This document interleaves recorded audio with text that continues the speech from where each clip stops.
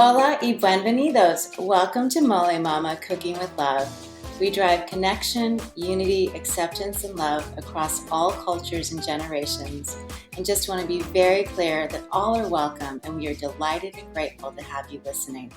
You're about to join us for our weekly adventure where we chat with entrepreneurs, chefs, foodies, artists, and nutritionists who are helping us to connect and learn. We'd love for you to visit our YouTube channel where you can learn to make delicious guacamole, chimichangas, molcajetes de queso chorizo fundido, crunchy tacos, enchiladas, flour tortillas, and so much more. Private message us if you need any help. We'd love to help you make these recipes successful. And from Mother Teresa, spread love everywhere you go and let no one ever come to you without leaving happier. So I am super excited about tonight's guest. And we're going to meet her in just a moment, but let me tell you a little bit about Kristine Rodda. She is from San Diego Sandcastles, which is an amazing business here in San Diego, and I'll tell you how I got to meet her and the fun that we had together. But she is a sand sculptor, an instructor for a small business in San Diego, and she has been sand sculpting for 5.5 years. And even though she considers herself a toddler in the sculpting world, it's come very natural to her, and she absolutely loves it. She's been able to make this a profession because she met JT, the owner of San Diego Sandcastles, through a mutual friend, and she's been lucky to compete in local and sandcastle competitions and has placed with her team several times. She uses sand sculpting as a form of relaxation since it's so tactical and therapeutic. She finds that it's simple, yet impressive wonder of the world that can be shared and enjoyed by so many. And how I met her is that my hubby actually gave me a day or morning with Kristine, and we built a sandcastle together. And it was, it was definitely one of the most memorable, exciting, fun experiences in my life. And it was. So with that, welcome. Thank you so much for having me. I'm so excited that you had such a great experience with me. It was so fun. I have always loved the beach. I've always gone to the beach and played in the sand. And you saw that I'm not an artist that day, but you made it so easy, and you're such a good teacher. And it was just so fun. And, to actually create something with my husband that was artistic was also fun. Mm-hmm. And so it just was such a amazing experience. Oh my gosh. I loved That's what I aim for. You did it. You definitely did it. So I've just shared a little bit about San Diego Sandcastles, but can you share more with our listeners? So I've been with the company pretty much almost as long as they've been in business. They've been in business for probably a little over 5.5 years. They started in January, I believe, in 2014. And JT Estrella, he founded the company. He was the first just a math instructor and teacher for a few of the community colleges around here. But due to a budget cut for, I think he was at a charter school, he lost his job and was looking for a way to make money or just kind of pay his bills. And he has been sand sculpting for probably over 14 years, and he decided, well, he knows how to make sandcastles and he knows how to teach, so he devised a lesson plan, created the company, and then I met him shortly after he created it. It's such a wonderful company. Like, we bring happiness to everyone that has a lesson. It's we try and keep it relaxing, but we also give you a little bit of a workout. So that's the fun part. Yes, you have to carry big buckets of water. Just some shoveling of sand. Yes. So we're like, oh, maybe I can make it into a CrossFit relaxation class one day. It was just so fun and so relaxing and just delightful. And the whole fact that you're doing something with your hands, it's just, it's very tactile, and it's very, just very relaxing for the way that the sand cuts, the simple structure that you can give to the sand, and just have such an immediate result of something that's pretty incredible. Just building up a big mound of sand and then sculpting some stairs in it, adding a couple windows and doors, and it looks stunning. So yeah, which I was like, really? We're going to do that? I don't know. But it worked out, you guys. It definitely worked out. It was amazing. So I think one of the other really impressive things was, let's talk about your tools. Because we were at the beach, and we met you at the beach, and just talk to our listeners about the tools you use, because it was pretty remarkable. We make most of our own tools. You can't, well, most tools that are provided in local stores are just kind of simple molds or like small little buckets. Like what we do is we actually hand make clay tools for different parts of like sculpting out certain detail in the castle. We also use something called forms, where we've adapted to have this kind of black plastic that's usually used for making sure bamboo roots don't spread. And we cut it up into our preferred dimensions, roll it around, clamp it, clip it. For larger sculptures, we'll actually use wood boards together, plywood, and hammer and nail them together and toe strap them, just because of the weight of the sand. So it can buckle underneath the pressure if like the form is too flimsy. For some other sculpting tools, we'll even use cake decorating spatulas, and we like, modify them, take off the rounded tips so we can have something that's very structured. We can also use just like clay sculpting tools for some of my like bigger, like more professional builds. I have a whole different set of tools that you didn't really see. That is the possibilities are endless, where most of it's subjective, and you can find like, even you could use like a plastic fork and clip off all the prongs besides one and use that as a sculpting tool too. So it's extensive, and it's like allows us to have some creativity on what we can even like get a certain shape out of, like by using just something simple. There's also a technique that we use where we use a bowl, just like a rounded bowl, to like create this wave effect for some of our sculptures, to make it look like water. And it's just like such a cool technique where we'll just kind of, make this flowy organic like shape just by like scraping it with a regular bowl. Well, and then you also had us blowing. Oh, yes. I was like, I forget the most important straw. part. Right? It's like what? So when we are like scratching at the sand, most of it's just like small little like chipping away at it, kind of like chiseling at it or scratching at it, and it builds up debris of little sand chunks everywhere. So we do use straws to like help blow out that extra detail, where it's almost like we're doing an archaeological dig and like just kind of like slowly picking at it to reveal the detail in it. I was like, oh boy, I can't breathe in, right? I just have to blow out. So otherwise I'm going to have a mouthful of sand. So that did cross my mind, but I didn't do that, thankfully. Yep. You get a little lightheaded too occasionally. Yes.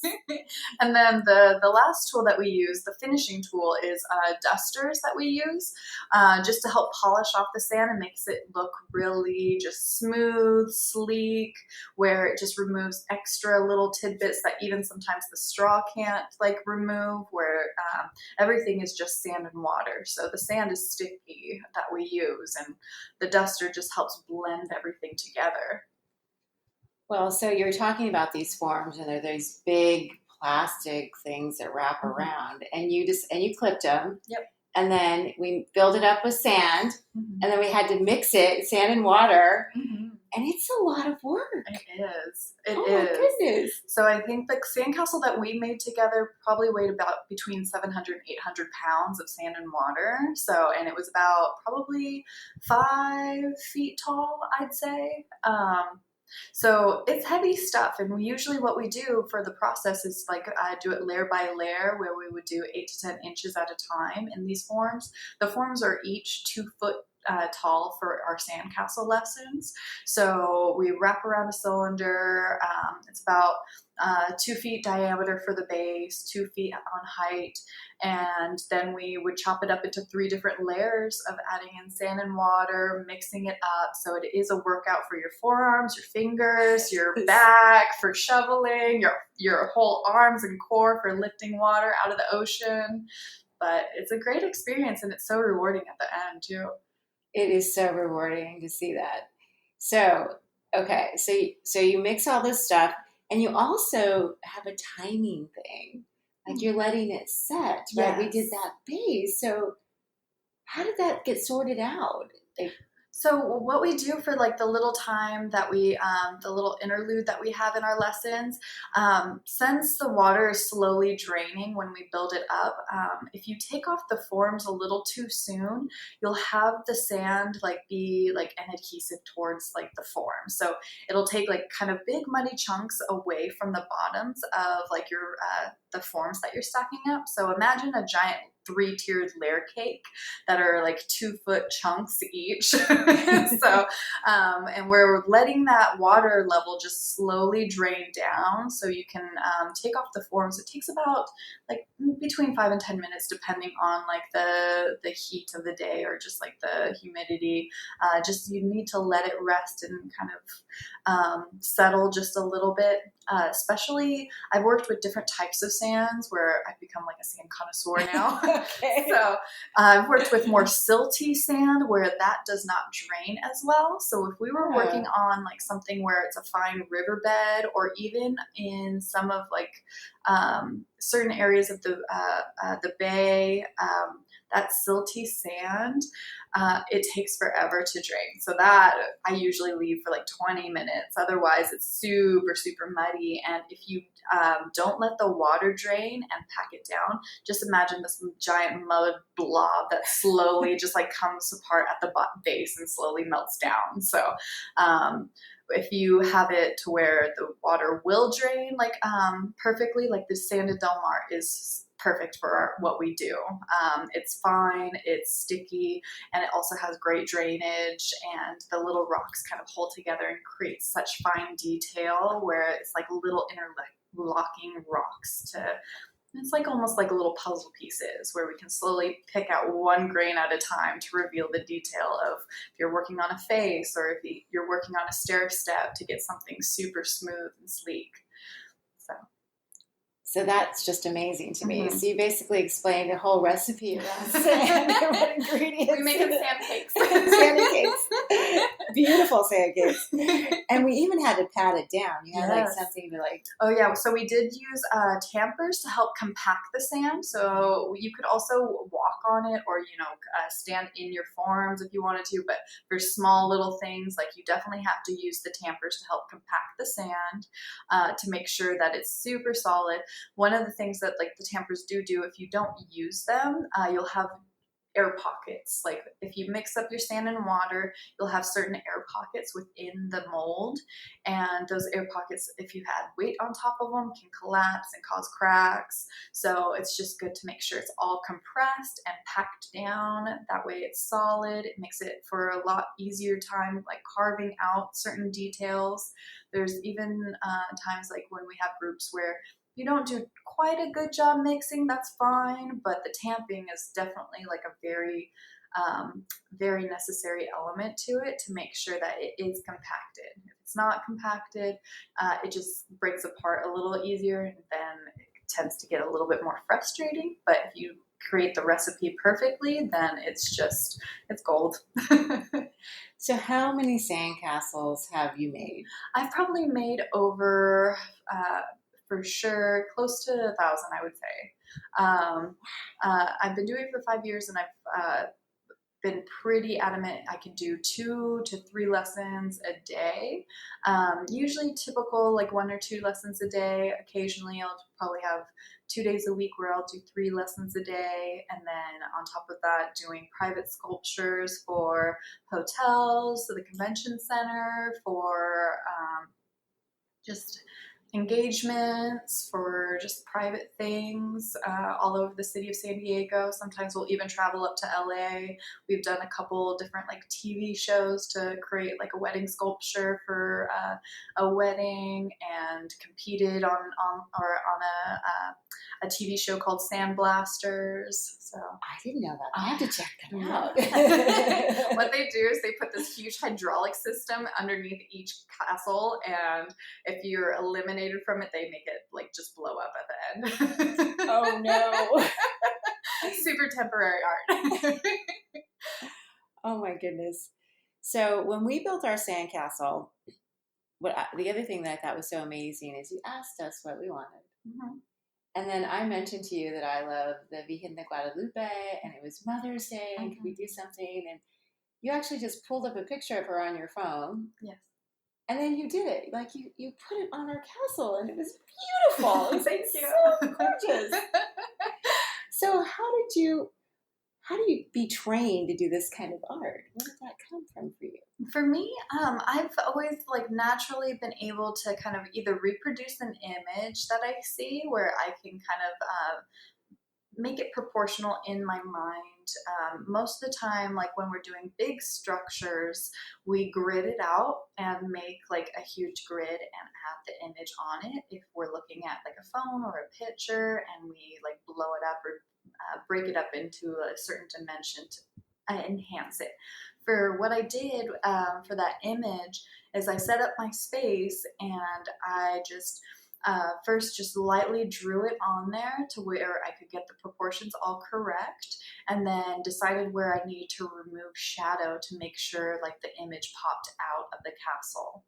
So there's also something called in relief where we can have like certain things like exposed or coming out of the castle. I believe on the castle I added a rose to like the middle section where I had that popping out where it was more 3D. So for that, just adding in a certain line of mapping out the image, removing the sand around it, and then slowly layering and adding detail to it to expose the shadow and remove the sand where shadow needed to be. But that was real-time art. I mean, it is. It's just you're doing it in real time. It's happening. It wasn't planned. And I just really appreciated that you went along with my request. I'm like, here, of course, this whole thing, please. Of course. I try and individualize every sandcastle that I do. And if the family or certain individuals that I'm working with or our client base doesn't have any ideas, I have tons of ideas. So I'm always willing to tell them what to do, put them to work. But for the most part, I think it's much more special and you claim like ownership over that, like experience, having, a certain part or element of yourself in it or certain things that make you happy or that you connect to. So I try and strive for that where I try and like, even if someone's saying, I don't know what we want, I try and pull and I'll try and pick at it until we find something that they're just stoked on and that it's that element, it's like a part of them is on the sandcastle. So if somebody's thinking about booking a sandcastle, do they have to have any artistic abilities? Absolutely not. No. Okay. And I agree because I have none. So I can cook, but I can't draw. I can't sculpt. I can't do any of it. But you helped me feel like I participated because you gave me little tasks. Like I had to do the little windows and you showed me how to do them. You showed me how to do the little stairs. But it was amazing how you still made me feel included, even though I would say like the big, beautiful, beaming things of our sandcastle was the art that you did, which was beautiful and wonderful, but you still made it feel like, yeah, we did it together, which is great. Which we did. We made it together. Yes. It's just, I try and assess the skill level. So if there is, someone who is a little bit more artistic, I'll give them a little bit more like responsibility on the sandcastle. And I also try and, create something, at least like one, professional part of it because like it's just so grandiose just to have even one little thing. Yes. But it is your sandcastle. Like you made it. Like I told you what to do, but you did it where you removed the sand, you removed like each little stair step, you added like the shadow for each window, you added every single brick or every single stone. You're very kind. We did carry some water and some sand, but you even carried a lot of that for us. It was awesome. So for our listeners, you mentioned that you'll do 2 to 3 in a day. So how many hours does it usually take somebody to do? Usually, most of my groups tend to be along the lines of 3 hours where we add in like as much detail into the sandcastle as possible to make it beautiful. But we also, we usually range it between 2.5 to 3 hours per lesson. Okay. And it's just dependent on the group. Some go faster, some go a little bit slower, we'll even go overtime. It's just dependent on the family. And so It's a great family activity. You already mentioned Hmm. that. My husband and I did it so too. So what other? So it's good for families. It's good for couple. Like who's it good It's good for pretty much anyone. We also use it as team building. We use it as like for birthday parties. We, can stage competitions and bring the equipment for like, certain. That's where the team building comes into play, where we kind of break off and show for? Oh, who does what, but you're still working on a single project together. So working on those interpersonal and the communication skills, and we'll just kind of go a little bit more in depth into those ones. We also recommend it for just all children. We recommend it for 8 and older for children, okay. but I've worked with 3-year-olds that last for 3 hours doing it, even though most 3-year-olds like attention spans drop Right. off after 30 minutes. So Okay. All right. And what's the biggest one that you've ever worked on? the biggest one I've worked on was it was for the convention center a couple of years ago. We did these 2 huge sculptures and eventually like connected them. It was probably about 10, 10 to 12 feet high, and it was close to 40 tons worth of sand. So all of that got trucked in there, dumped in there, and we made 2 separate huge forms for them where it was just the sculpture was just different landmarks of all of San Diego, where we had the Star of India, we had architecture from SDSU, USD. We had Balboa Park's bell tower mixed with the Museum of Man. We had a few different animals from the San Diego Zoo. We had dolphins. We had a huge San Diego logo sign. We had the city line, the city just mapped out. We had one portion was just kind of sandcastle. One was the new library. We had the Coronado Bridge with the Hotel Del, and just a bunch of other little things that we all added to it. So that one was massive. Okay. And how long did that take to create? There was, I believe, 6 sculptors working on it for about a week. So 7 days, and we would put in probably 12-hour days. Oh my goodness. Mm-hmm. And then how long did it survive? It only survived I think it survived for about 4 or 5 days. Oh my Yeah, goodness. so it was for this convention that was happening, and Temporary. temporary. Temporary art. It's so gorgeous. I just saw on Instagram, I think it was, Mm-hmm. that you guys did one at Mandalay Bay. Yes, we just did one for the Oh, Mandalay Bay. That's in their hotel lobby.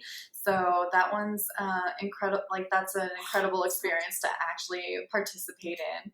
So for the Mandalay Bay, we worked on a piece that was just kind of encompassing their vision of relaxation and invigoration for their hotel to attract guests. So the concept of it was just this woman kind of emerging from like all the experiences that you can experience at the Mandalay Bay in Las Vegas, where we incorporate elements of their shark reef, their lazy river, along with let's see what else was there. Oh, we just had like these beautiful sharks like chasing fish and people lounging on lawn chairs. We had uh, we had people dancing since they do concerts in their bay, so they have a pretty much like man-made beach in their hotel. So they were trying to incorporate the beach element along with the hotel and making it synonymous and just put together completely, where it's just this massive sculpture that'll be up for 6 months in their hotel lobby. it's stunning. Our listeners, I highly recommend that you find it on Instagram. So that's how do people find you guys? Usually they find us by Google searching Okay. just unique things to do in San Diego. That's Right. where we get most of our business, or for like our, just the questions that we ask of like, how did you find us? We are highly rated on TripAdvisor. We're on a couple best things to do lists in San Diego. We're we're getting a few more Yelp reviews, and we're trying to find new avenues to advertise. We get a lot of business through the excuse me, I'm trying to find. We get a lot of business through the hotel in Rancho Santa Fe. I'm sorry, I'm spacing on the name. That's okay. Mm-hmm. But for our listeners, if they go to San Diego Sandcastles, they can find you or they can Google you, right? And yes. I saw on your website, I think that's how my husband did it. You can just register right online and book an appointment with you guys. Exactly. Yes.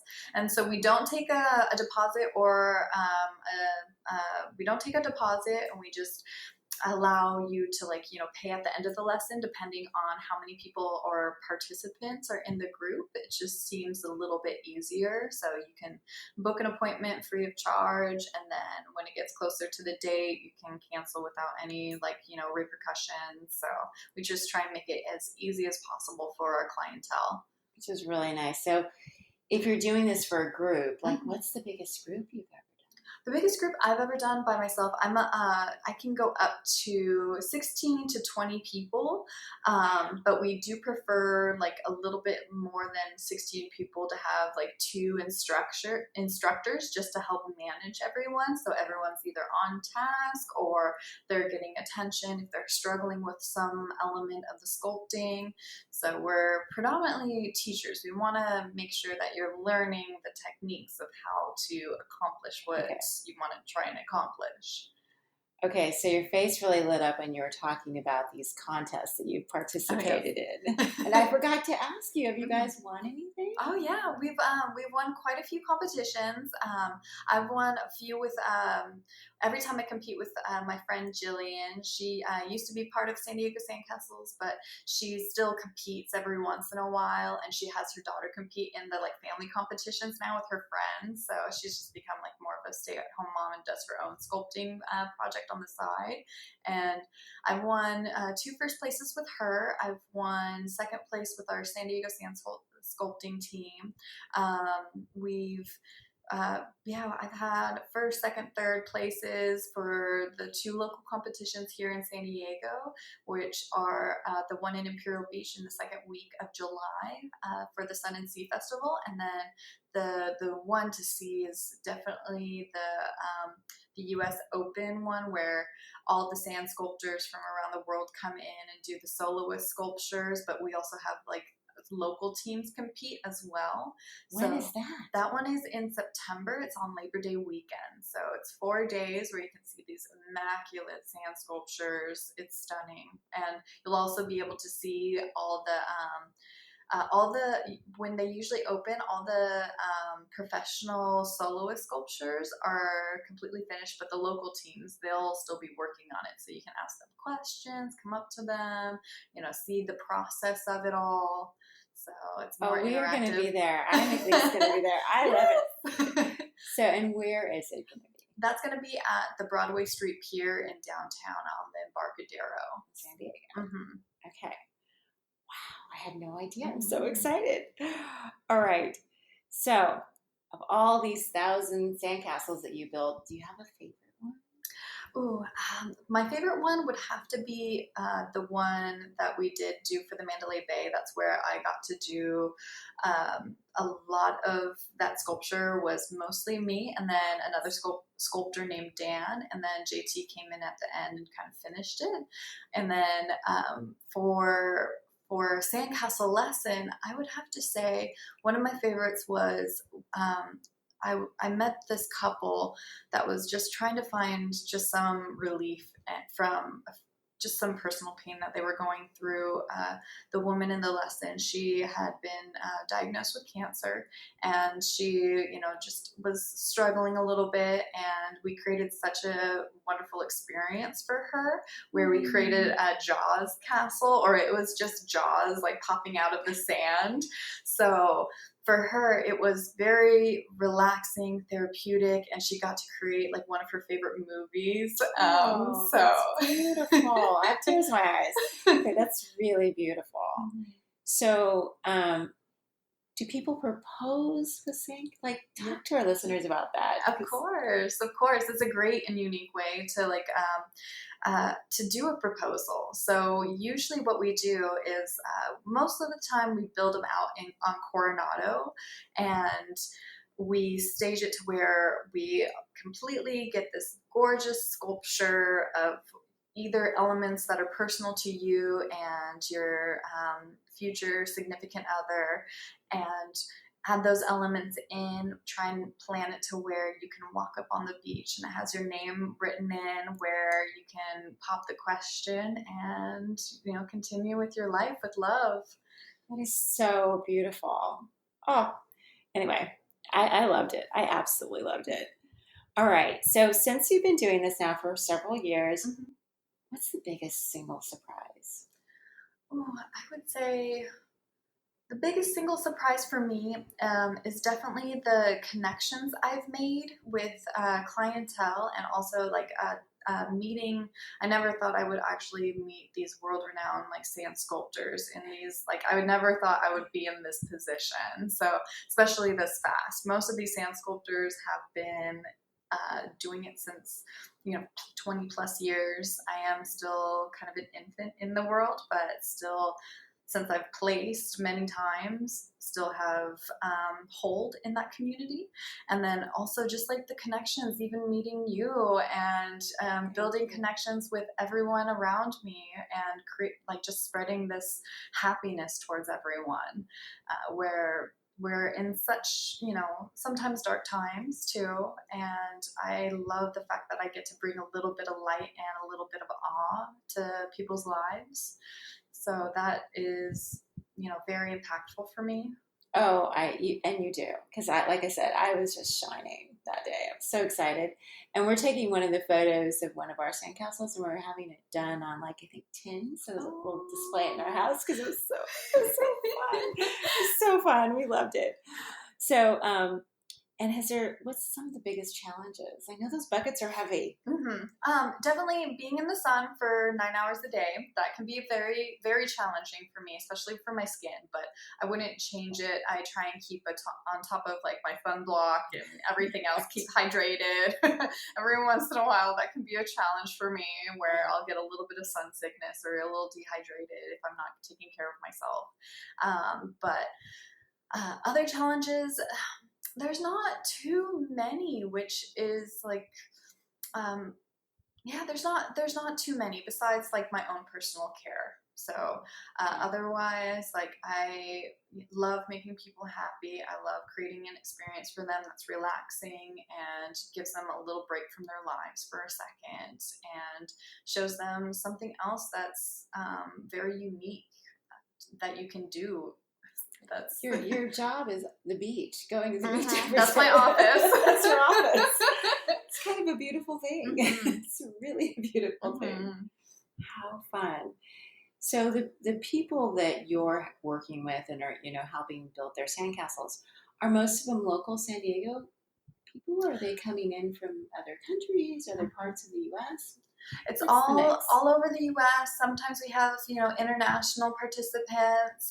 For the most part, it's people traveling to San Diego that are either we're kind of a tourist, activity to do, but we're also a great local thing. So I would say probably 70% is tourist, and then the rest is locals that come and just want to have a birthday party, or just want to have a relaxing date, or right now the sunset castles are stunning, where we start at 4:30 and at 7:30.